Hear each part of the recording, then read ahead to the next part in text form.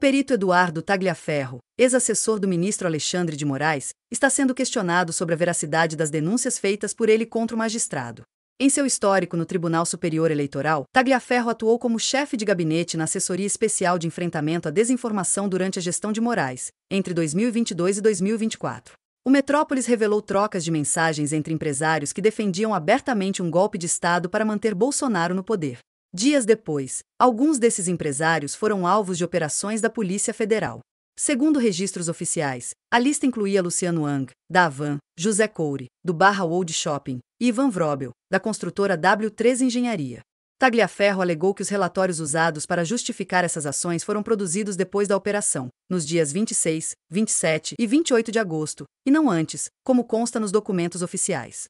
Que foi no dia 23/8 de 2022, que está bem aqui, que aconteceu a busca e apreensão. Porém, se os senhores observarem, os relatórios datam todo o material que a mim foi passado para montar aquela farsa é do dia 26, 27 e 28 de agosto. O ex-assessor apresentou prints dos supostos materiais produzidos a mando do juiz auxiliar de Moraes, Ayrton Vieira, incluindo mapas mentais sobre as investigações e o envolvimento dos empresários. Segundo ele, Moraes não tinha conhecimento da delegação da produção do material. Esse documento que foi apresentado por Alexandre de Moraes, quando ele tirou o sigilo, para justificar que existia uma investigação preliminar e que toda a busca e apreensão não foi lastreada somente no do Amado, para ele se justificar e não ficar tão ruim, foi confeccionado por mim, a pedido de Ayrton Vieira, uma vez que Ayrton Vieira não era para eu ter feito, tá? Ayrton Vieira não sabia mexer com o computador. Então isso chegou nas minhas mãos por acaso. Se o senhor olhar aqui, em todas as PECs, olha a data, essas PECs aqui, Moraes nem sabia que o Ayrton Vieira tinha me passado. Ayrton Vieira pediu para mim, não fale nada, tá? Tá tudo aqui, os relacionamentos, os mapas bonitinhos, todos que foram feitos. O Procurador-Geral da República, Paulo Gonet, denunciou Tagliaferro ao STF pelos crimes de violação de sigilo funcional, coação no curso do processo, obstrução de investigação envolvendo organização criminosa e tentativa de abolição violenta do Estado Democrático de Direito. Somadas, as penas podem chegar a 22 anos de prisão. Gonet afirma que Tagliaferro, de maneira livre, consciente e voluntária, atuou para atender a interesses ilícitos de organização criminosa responsável por disseminar notícias fictícias contra a rigidez do sistema eletrônico de votação e a atuação do STF e TSE. O ex-assessor atuou como chefe da Assessoria Especial de Enfrentamento à Desinformação, vinculada à presidência do TSE, entre agosto de 2022 e julho de 2023. A Polícia Federal o aponta como responsável pelo vazamento de informações confidenciais do gabinete de Moraes para o jornal Folha de São Paulo, acusação que Tagliaferro nega veementemente. Em depoimentos anteriores, o ex-assessor já havia manifestado preocupação com sua segurança após o vazamento de conversas internas. Ele chegou a afirmar que existia uma manipulação para a perseguição da direita dentro do gabinete do ministro. A PF, por sua vez, sustenta que o objetivo dos vazamentos seria minar a credibilidade do Poder Judiciário e interferir em investigações sobre disseminação de notícias falsas. No mesmo dia em que começou a fase final do julgamento de Bolsonaro e outros 7 réus no STF, Tagliaferro participou, por videoconferência, de uma sessão da Comissão de Segurança Pública do Senado, presidida por Flávio Bolsonaro. O ex-assessor afirmou que o TSE tinha poder de polícia e que Moraes ordenou que a PF obtivesse todas as câmeras que registraram os crimes, além de instruí-lo a coordenar consultas a dados no TSE para identificar pessoas presas.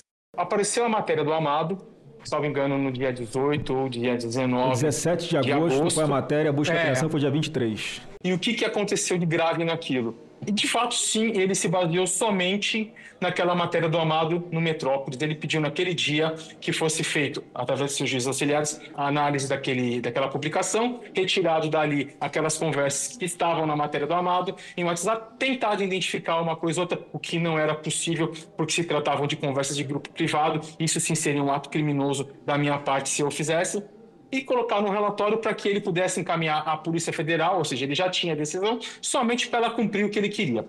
Bom, eis que aconteceu aquela apreensão, ela era para acontecer numa segunda-feira, se eu não me engano ela aconteceu numa terça, ele estava desesperado para aquilo que acontecesse e não foi na terça e surgiu naquela semana uma forte repercussão da mídia, que todo mundo estava brigando, dizendo que, olha, que absurdo, foi feito somente com base nas matérias, a matéria jornalística do Amado, não sei o quê. Sim, de fato, foi feito somente na matéria jornalística do Amado.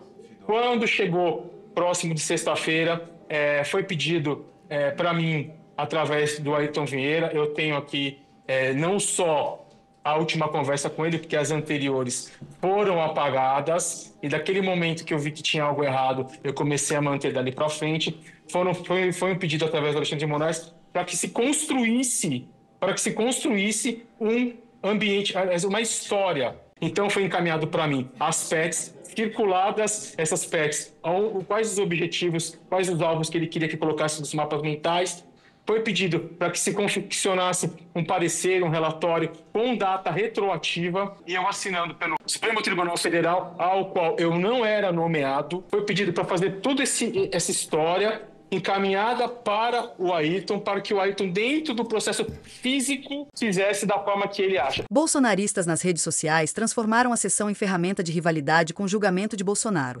Flávio Bolsonaro publicou que as denúncias de Tagliaferro são gravíssimas e que revelam como o ministro fez tudo para perseguir a direita e Bolsonaro. Nós podemos celebrar que, enquanto se procura mascarar a narrativa para intimidar a todos nós e para humilhar o ex-presidente Jair Bolsonaro, aqui, graças à sua presença corajosa, nós estamos achando o clarão que vai iluminar a verdade e vai mostrar. Este dia 2 de setembro é o final de uma narrativa que será desmoralizada pela forma como se estabeleceram as culpas das pessoas do suposto golpe de Estado que não aconteceu. Esses movimentos não são do acaso. Deus está no controle dessa nação. As orações que estão sendo feitas nos últimos 3 anos não foram em vão. Deus está no controle. Porque o Deus que eu acredito é o Deus do órfão e da viúva. E ele não suporta mais ver tanta criança sofrendo por causa da decisão de um magistrado. Esta comissão fez história hoje. Daqui 50 anos, esta reunião de hoje vai estar nos livros de história. O dia que era para ser o dia da vergonha, vai ser o dia da restituição da justiça no país. A aparição de Eduardo Tagliaferro no Senado, em plena reta final do julgamento de Jair Bolsonaro, expõe mais uma vez a estratégia bolsonarista de criar factoides para tumultuar processos e atacar o Supremo. O ex-assessor, hoje denunciado pela PGR por crimes graves que podem levá-lo a mais de 2 décadas de prisão, tenta se colocar como vítima enquanto oferece munição política a Flávio Bolsonaro e aliados. Suas alegações contraditórias, já desmentidas em parte pela própria Polícia Federal, servem menos para esclarecer e mais para alimentar narrativas de perseguição. No fundo, o que se vê é a utilização de um ex-servidor em rota de colisão com a justiça como peça de propaganda, na tentativa de deslegitimar Alexandre de Moraes e, por tabela, enfraquecer o julgamento do golpe.